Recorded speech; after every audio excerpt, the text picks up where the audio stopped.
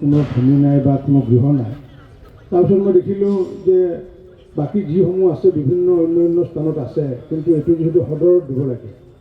আৰু সদৰত মই দেখিলোঁ যে পাঠশালা টাউন ক্লাবে যিহেতু নতুনকৈ বিভিন্ন ধৰণৰ আঁচনি লৈ পেলাই আগবাঢ়ি আহিছে। আৰু পাঠশালা টাউন ক্লাবৰ যিহেতু আমাৰ আন্তঃগাঁথনি আছে, সুন্দৰ ইনফ্ৰাষ্ট্ৰাকচাৰ আছে, আৰু সেইকাৰণে যিহেতু পাঠশালা টাউন ক্লাবৰ আমাৰ এই দুখন field, Bhattadev university field, higher secondary ফিল্ডৰ কাষতে পাঠশালা টাউন ক্লাব, আৰু যাৰ কাৰণে আমি অসম চৰকাৰৰ যিটো মোৰ সমষ্টিৰ অন্তৰ্গত যিটো একমাত্ৰ আঁচনি, সেই আঁচনিটো মই টাউন ক্লাবক অৰ্পণ কৰিছিলোঁ।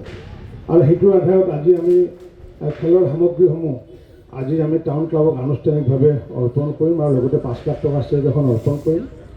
মই এই কথাষাৰ ইতিমধ্যে মই জনাইছোঁ, সভাপতিক জনাইছোঁ, আমাৰ ক্ৰীড়া বিষয়াকো জনাইছোঁ।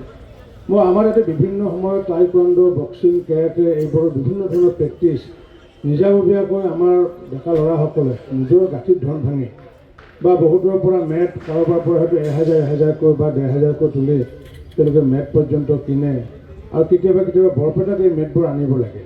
বক্সিঙৰ ক্ষেত্ৰতে হওক বা টাইকোৱাণ্ডো হওক বা কেৰাটে হওক, এইবোৰৰ ক্ষেত্ৰত ইনডোৰত মেট নাথাকিলে সেই খেল খেলিব নোৱাৰে। কিন্তু আমাৰ ইয়াতে যথেষ্ট সম্ভাৱনা আছে, আৰু বিভিন্ন সময়ত ইয়াতে অনুষ্ঠিত কৰিও আহিছে।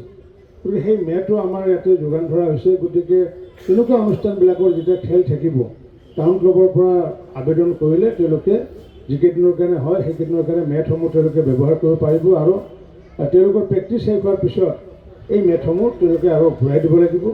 এইটো যাতে সুন্দৰকৈ যাতে এই সামগ্ৰীখিনি যাতে ৰাখি পাঠশালা টাউন ক্লাবে যাতে দুজনমানক বিশেষকৈ দায়িত্ব দিয়ে, কাৰণ কিয় 10 লাখ টকাৰ সামগ্ৰী যিহেতু আমি পাইছোঁ, আৰু 5 লাখ টকা আপোনালোকৰ যিটো ভৱন, য'ত আমাৰ তাতে যি প্ৰেক্টিছ, তাতেও হয়তো এটা ইনডোৰ টাইপৰ এটা থাকিব।